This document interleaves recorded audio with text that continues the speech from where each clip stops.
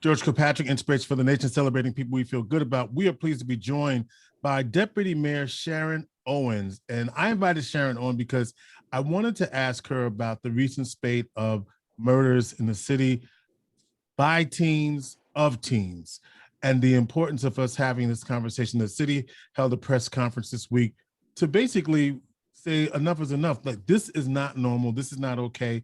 We had earlier this year, we had a 2-year-old that was also killed. And then also this week, we continue to be alarmed by the tragedies surrounding teenagers.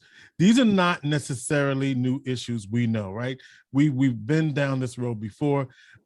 We observed you, Deputy Mayor, quite emotional at that press conference, and you very well should be. This is an issue that, as a community, we ought to be concerned about. So I posted that our community is shattered. And the reason why I did that was because I did not want this to be just another day. It can't be. And I wasn't, a lot of times, oh, well, we're trying to make this a thing. No, this is a thing. And the thing that I know I'm going to let you talk a bit. It's going to get all right. we're all doing this. We're trying to figure it out. Right. The thing that got me, or the thing that concerns me most, is what is happening in the mindset of our teens when a 16-year-old thinks it's okay to stab to death the 13-year-old, and a 14-year-old thinks it's okay. I don't know if they think it's okay, but the fact, what's going on, what's happening in that mindset that says, that's my solution to whatever the conflict is that we're having. So now, what I didn't want to do, I was like, so we're going to have the whole conversation. We need this, we need that. I'm like, okay, that's all fair and well, but how do we get to the root, right? Yeah. We know what's happening. So I've done my rant and my rave about it, but let me hear from you and what happens, what should happen, and how should it happen? And I think I said to you, what is the support we need for one another as community, as family, as governmental resources? What moves this? Because if we're not outraged about this, then we shouldn't be outraged about anything. I want to start with your question about the mindset. And this may be dry to some people, but as any tough conversation and tough solution, it is multifaceted. And so we're talking about adolescent brain development. So the processes in the minds of an adolescent is affected by biologically, emotionally, cognitively, and by environment. The environment part, George, is what people don't want to talk about. And so lessons that you learn, or activities that you and I learned as we were growing up, we learned them in school, we learned them from peers, we learned them from the people around us, the people that were raising us. This is where the conversation gets tough. And there's a dichotomy of, I'm really careful about this conversation because I don't want it to be politicized. I don't want it to be those who think less of other individuals use it as a reason to really go after low income and families of color. Right. But there's also a family conversation that families need to have of like-minded and like experienced individuals. And children are going to model what they learn. Sure. And if that learning is through their environment, if that learning is through what they're watching, if that learning is through the interpersonal relationships that they're having, it is what they learn. Sure. I said this the other day, I'm going to say it again. Adults can't process their anger appropriately. And so to almost expect it to be the case for young people that there's a situation that has me angry to the point where I'm physically going to reach out, defend myself, fight, whatever the case may be, and to pick up a weapon to use it, they don't come out of the womb knowing that they need to get a weapon. They either saw that, they learned that, somebody told them that, or somebody, as Helen said, somebody gave it to them. There's a responsibility that we adults need to completely own in the situation regarding the what's going on with our young people. And that's the tricky part, isn't it? Right. And that is the tricky part. Right. Because owning it, taking ownership of it. Because they are not just arbitrarily learning these behaviors. And Sharon, Deputy Mayor Sharon Owens joining us, talking about the recent spate of teen violence in the community by teens. How do we not make this cliche? Because you were quite emotional during the press conference around what this means to you as a mom, right? And certainly as a dad, right? And as a human, right? This is tough stuff. But then how do we stop it from being the cliche of, well, we need this, or we need that program, or we need, and those are truth. Those are true things. And people mean it when they say it. They do mean it. Mm-hmm. And then we're back here again. And I'm not casting shade on anybody. I'm just saying we got to have a new conversation if we want some new things to happen, or we have to. And that's why I asked you, I said, well, how can we support the systems in place? Because you're right, they're in place. Don't trip. Don't say that we don't have this and we got stuff. But how does the stuff we have impact the people we want it to impact? One is that I give you an example. I was on the phone with the superintendent yesterday, and it was said at the press conference, so it's not no secret that he's in jury duty. And he's saying the experience of jury duty double, triple, quadruple down on what can I do in my role as a superintendent. And so there have been, as you mentioned, George, and you know, so many of these youth programs and advocates out there doing the work on the ground. And that's why I wanted to make a point of thanking them during the press conference. And so at one point they were in the schools to provide that also community connection to the schools, because teachers are there to teach and kids are coming in, bringing issues outside the school into the school. And you need that connectivity between the community and the schools, in the schools. And I don't know why, but it worked, it didn't work, it kind of worked, here and there, and then COVID, completely tore it down. So what we're going to revisit, the superintendent, and Helen's going to be talking to him about how do we re-engage that community part. So people are like, well, Sharon, what does that do? It gives the, when I was at Southwest, we would get kids that would come in and they would be struggling. And that's what I call it. They're having a bad day, they're struggling. And they're acting out, and that's how that emotional and is manifesting itself. They're just acting out. And it was interesting because one of the youth workers said he went to the school and the kid told him to do something vile with, that kind of thing. And what he was able to say, because he's from the community, to him in the school setting was, I'm not one of the teachers here. I come from the neighborhood you come from. Right. I know your auntie. I know your uncle. I know your father. And I know that they don't know that you're behaving this way.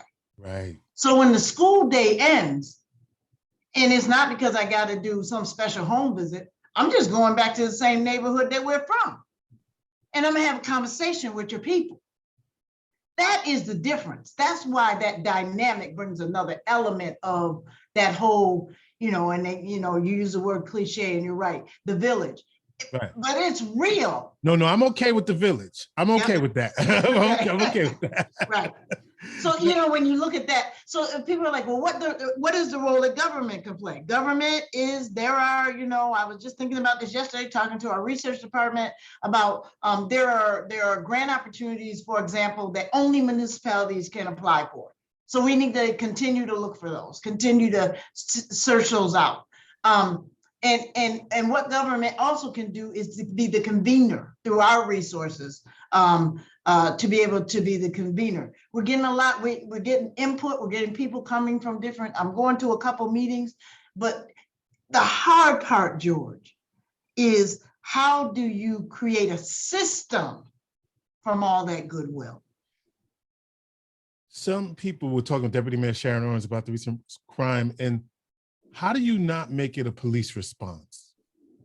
Because that's when the folks around the community see police response as the solution. Well, we need more people on the street. We need more police in these particular sectors.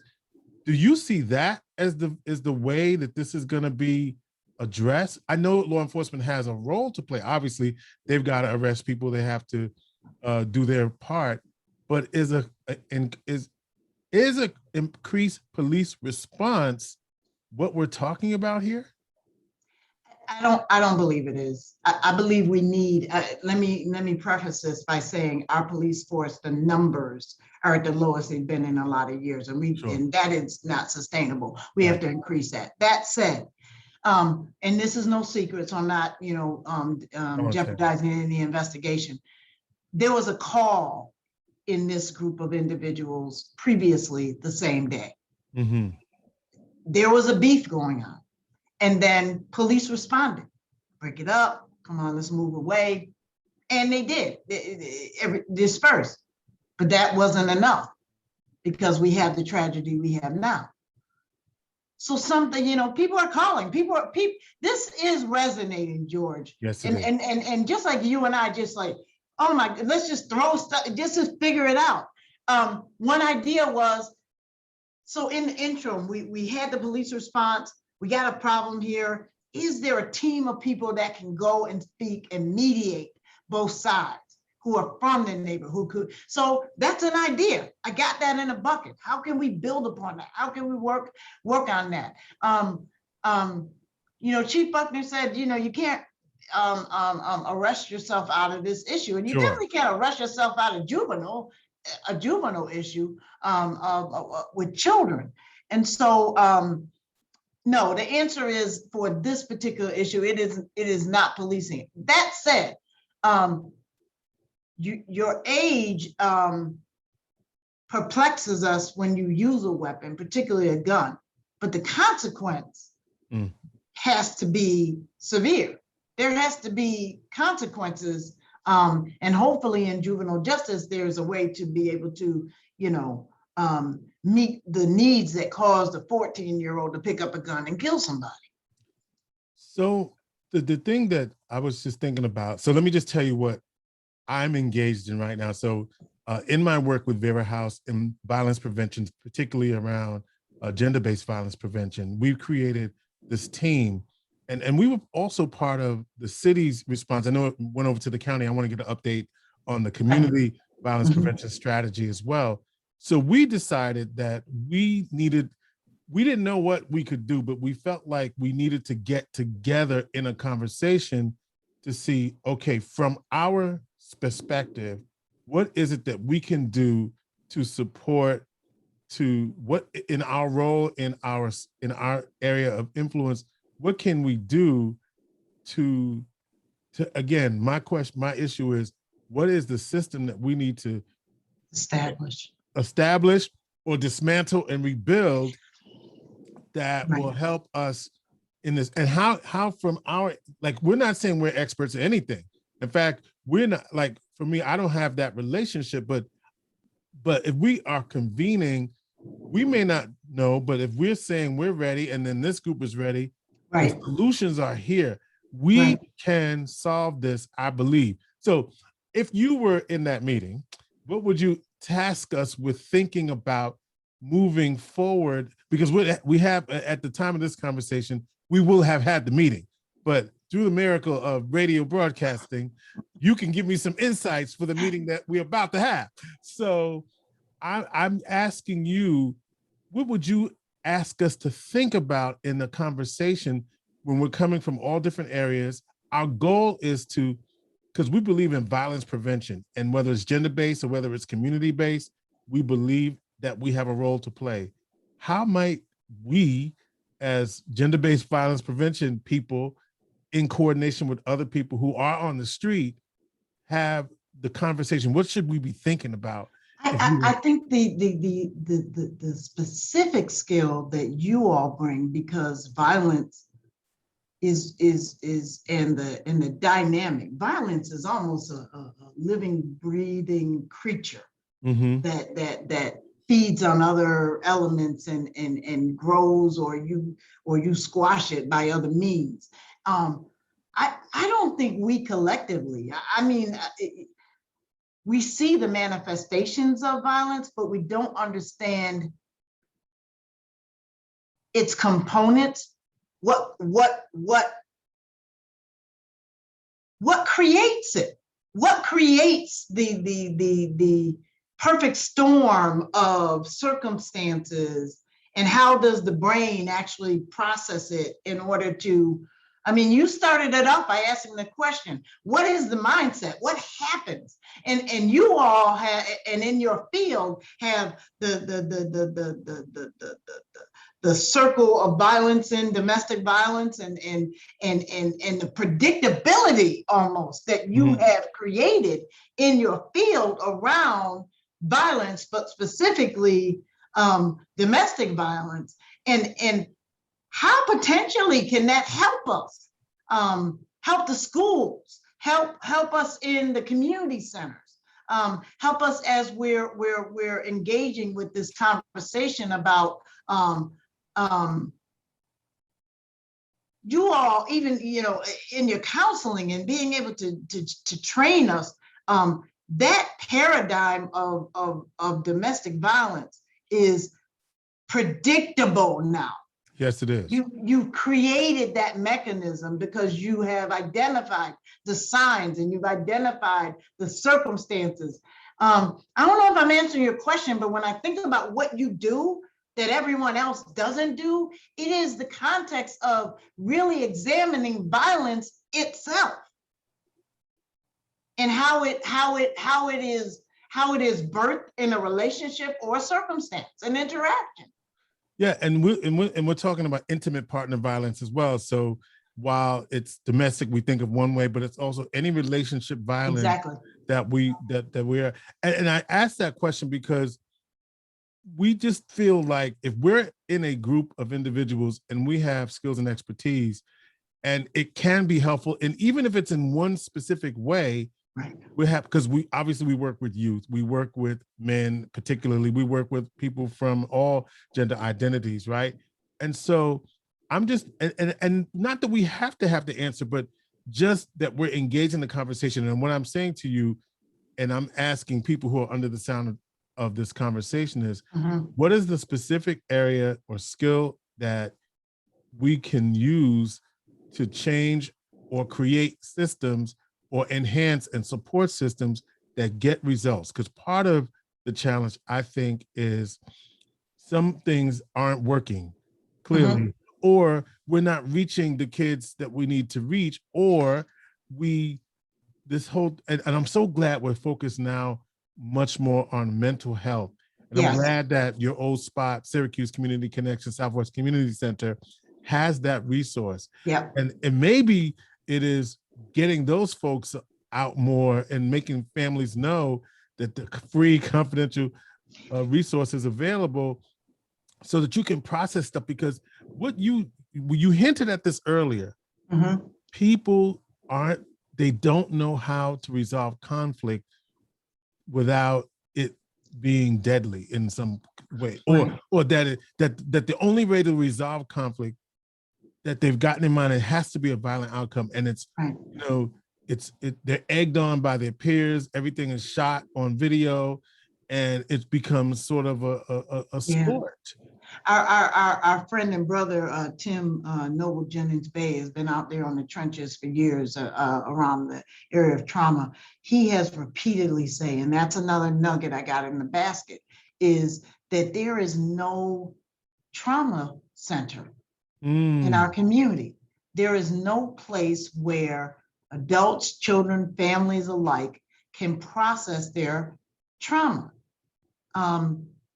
that therapeutic, almost therapeutic service Mhm. that people need to have. Because like you mentioned, it can't be normal. It's almost, we cannot allow this to be normal for us. No. We have to fight with everything we have to not just say it's the way it is, or it's not 1965 anymore. No, it is not normal for 13-year-olds to die in the hands of another child. Right. And we can never allow it to be normal. And so you think of places like McMahon Ryan, who have systems set up for that clinical support Yes. that people need.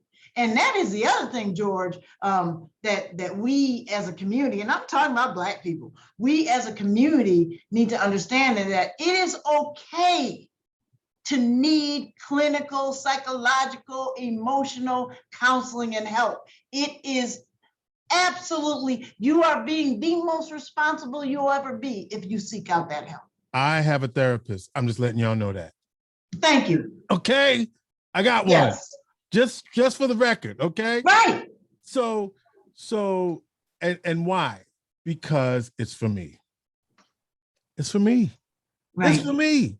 Right. And I'm and just like all the other people who are talking about it, it is something that no one needs to be ashamed of or feel bad. It is stressful to be alive, to live, to wake up every day, do what you have to do, care for who you have to care to, and go to sleep at night in normal circumstances. In normal circumstances, right? How much more so when maybe you're not in the best house? Yeah. You don't have you're in a food desert. Right. You got an on and off job, and you're trying to get your kids to school every day. Yeah. The stressors of all of that. Yeah. And the day, right. It's day to day. And people say, well, that's a luxury. No, it's not. And here's where we step on a little bit of toes. Mm-hmm. I'll say this and then y'all write me and get me. For some people, I got to tell you, Jesus is not enough for some people. And I know we say he's our all in all. Yes, he is. But he also put mental health therapists in there to help you too. Okay. George, you're dealing with this. It took some bold and outspoken pastors to say, yes, Jesus is my Lord and Savior too, but I'm going to get that COVID vaccine. Okay. So, right? so and he's my healer, and there are therapists in that spiritual world as well. Right. But the key is finding the place. And I'm not gonna let up, to what a physical space, the mobile ability to meet people where they are, whether they don't want to come to a physical space to do it, but is there a mobile kind of mechanism we can set up? But to be able to address the issues leading up to the crisis, address the crisis, and then the post-care. Mm-hmm. So we don't see the crisis again. Right. That's because every time because here's what happens in other communities when an issue like this happens, the trauma response, there's counseling, there's therapists, and that's a norm, right? Yeah. I hope these families are getting that support, right? Right. But I hope that, I guess, Sharon, I just want Deputy. You said hope? Yes. You said hope because you don't know. I don't know. And I don't know. And that hope for something that's where we have to get. It's not a hope, it's a should be. Right. And that's when you talk about systematic structures. Yeah, right? Because systematic structures. It should, can I just be honest with you? I have not heard anybody say counseling is available for the families of and not just the person who did it, not the person who was the victim, but the person whose family was the perpetrator of that. Two families. Lives are changed forever. Forever, right? Forever. Now I've heard the victim side. I have not heard the other side. No, and Right. So I guess, Because George, we have that mechanism. okay. Mm-hmm. You know, the response The trauma teams, response. Mother We got Against that. Gun Yeah. Violence. Right. We saw that need. Yeah. But there is the other side. Yeah. You know, the mother, father, sister, brother, or the person that perpetuated the crime. Yeah. What's going on with them? You just became a part of a group that you never thought you would ever be a part of. Never thought you'd be a part of. Right. So we did hear a lot about, you know, poverty. We have jobs. We've heard that. And I quite frankly think that that's, oh, yes, they're jobs. But I just, you know, for me, I guess it's just us talking it through and saying, okay, is there an ask that you have of the community right now? Is there a specific ask? Because, yeah, and if there is a specific ask that you have of the community or organizations or whatever it is, what would that ask be right now in support? Because, you know, government can't do it alone. Community based can't do it alone. What is it that you need? If there's one thing that you need right now. The one thing is two-part. So you just said to me, Sharon, this is what we do. And we think we can contribute to the overall discussion. Each of us is a cog in the entire mechanism. So that's one. And people have been doing that, George, reaching out and saying, I don't have a solution, but I know this is not good and this is what I can contribute. Here's my idea. Okay. And it's been from the entertainment for children, for kids, and they're interested in music and all that. Could we do something to get some interest for what you're talking about, particularly for what you do in your day job? So that's the part, that's 1A. 1B, George, and this again, I'm gonna be like you, write me, call me, whatever, you may be wrong, but we gotta start being honest with one another. Is when the call comes to come together, stop chopping one another down about why is this one at the table or that one at the table, or they don't really know, or they never work with kids. The kid problem is not just a kid problem. It's an environment issue we have to address. So everyone brings their expertise to the table. And so when the table is set, we can't be at the table picking at one another's wounds. And we do that way too much. Wow. What I heard you say, I'm gonna just translate it straight up. When we come to the table, we can't get out of our own way to get stuff done.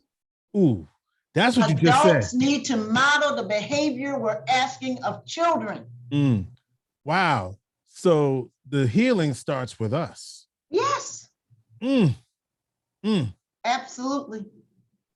Wow. How nurturing is a child going to feel in a house full of chaos? So let me expound upon that to call, let's say our larger community is a house. So how are our children going to be nurtured and cared for in a house that's in chaos? Yeah. See this all the time. They didn't ask to be here. We birthed them. Yeah, no, it's the perception. Somebody wrote on my page, well, it's this and that and the other, and it hasn't changed. You know what? I want you to know, whoever you are, Clay, Liverpool, whatever, we care about our community. That's right. What I challenge is, do you really care about our community? Do you really care about our community? For real? Or you That's what I said yesterday is that you can't sit there and say you ignore the plight of your neighbor. Okay. Whether they look like you or not. That plight is going to come knocking at your door at some point. It's going to manifest itself in so many different ways. And when it does, you'll see this headline, I'll never forget this headline when the opioid crisis really hit out there or out here, wherever I own my own where I live out here, right? When the opioid crisis hit out there, the headline of the newscast, I'll never forget it. The opioid crisis hits home. Deal with that metaphor. So where's home? Where's home? Okay. And when did it become important enough to pour millions upon millions of resources into it? Home. When it hit home. When I think of home, I think of a place. What do you think? So where's home? So before that, it wasn't home. It wasn't home. So we didn't care about it. So the headline should be, this should be, we all should care about it if we care about our beloved community. If we care about our beloved community. I keep quoting Noble, because anybody that's talked to him for 5 minutes just knows the nuggets that he throws out there. And he says, we haven't had neighborhoods in a long time because we call ourselves hoods because we took the neighbor out. Okay. Yeah, it's interesting. You know, Eva Williams down at Van Dyne, she says she prefers the word neighbors rather than community. Yes. We're neighbors. Neighbors. We're neighbors. And we care about our neighbors, right? Because neighbors can mean that's going on in that city or town or that side of town. Right. My neighbor, I can throw a rock out and touch. Right. My neighbor is that there's an intimacy to that word. Yes. He was absolutely right. Yes. I asked earlier about the task force that the city used to coordinate. Is that task force, the violence prevention, still going on in the county? So we COVID put us on our wheels for everything. But we are reconvening. Part of one of the meetings I'm going to be attending over the weekend has to do with gun violence in particular. And George, the issue for us as well is, as people think on a it's not a microcosm, it's a global, is these are the ghost guns that are getting in our town that you can get over and assemble, like, Lincoln logs. Just put the gun together. So does that mean it's untraceable? Is that what that means? Yes. Okay. All right. And you can order it online. And it comes to you in parts and you put it together. And you have an untraceable gun. And to be able to get, just think about that. A 14-year-old was in possession of a gun. Think about just when we were 14 and just 14. Playing hopscotch or something. and getting into the verbal, the dozens or whatever we were talking about, everybody mama and all that kind of stuff. Add a gun to that. Oh. And before the gun, social media to that. Right. Because everyone is so empowered and emboldened when you're putting a post on, or where you don't have to look somebody in their eyes. Right. And have a conversation or say what you were emboldened to say. And no excuse for us in the city of Syracuse, but statistically, crime is up all over the country, and juvenile crime is up all over the country. A lot of people are saying, quite frankly, this defund the police movement, I'm gonna get more letters on this show than ever. Some people are saying that has to be rethought. And I know some people are very, very clear about that, because when you redirect resources and you see the result of that, there are some communities, I'm only reading headlines, I don't have it's anecdotal, are now looking at redeploying some of those resources that they reallocated, because so we are looking at, and that was part of our police reform plan, alternatives to policing. We're calling it diversionary response. Right. So there are responses that don't require a armed police officer, someone in a mental health crisis. We have mobile units out there now, and they're actually working. Liberty Resources is working in conjunction with the police department now. What we want to get is a system by which a call goes from 911, who triages it appropriately, and depending on the circumstances. Now, we'll never send civilians into a situation where somebody has a weapon, but any other circumstance, that team can go out and diffuse the situation and hopefully get the person the care and the follow-up care they need. What if we had such a response for mediation for teenagers? Yeah. It- Well, what if we have to, well, put that in your bucket. I know you have It's some in buckets. there, it's in there, it's in there, it's in there. Put that in your bucket. And you know, a lot of this is also going to depend on, well, we'll get to that. That's another conversation. But anyway. Okay. Well, Sharon Owens, Deputy Mayor, thank you for your passion. Thank you for engaging in this conversation. It's an important conversation for our community. And I'm hoping that for the audience perspective that we've got that it's a little different conversation, because we all know what we should be doing. But I think I heard you say we got to have some honest conversations with ourselves. We do. We talk about the work we do with men. It's the same in domestic violence in general.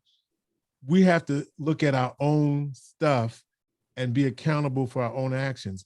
And if there's stuff that we need to clean up, we need to clean it up. Just like if you look at the work that we're doing with racism, we're saying to white folk in particular, y'all got to do some work too, if we're going to do this together, right? And in that message, I think I've heard it said, you're asking the victims to unvictimize themselves. Yeah. When it needs to be those perpetuating the issue to really begin to take a look at and take ownership of your role in it. I say that for us when it comes to our children. So I'll twist it around a little bit in terms of, not twist that around, but going back, my mind is going, you know, I'm a Gemini, so it's always going. So, my birthday's coming up, by the way. Anyway, just threw that in there. Thank you. It's not right this week, but it's coming up a week from this week. But in this conversation, you said, when we come to the table, let's not tear each other and pick out our scabs and wounds. I said this way, I ain't gotta like you, but if we working for the same thing, let's get some work done. And the same thing are our children. If we can't come together around that topic, then I am shaking my head. We ain't gotta like each other, but we gotta work together.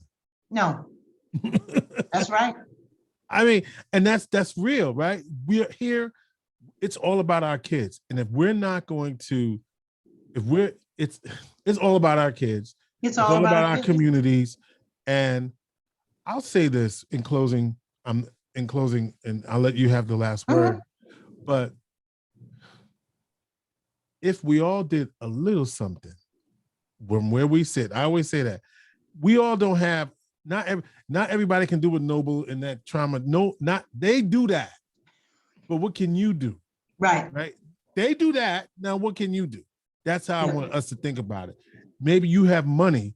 Maybe you can, maybe you've got manpower. Maybe you got volunteers. Maybe you're a grant writer. Maybe you are a strategist. Maybe you're legal. Whatever it is that you're gifted. You work in the psychiatry field. You work in the mental health field. Right. We are everywhere.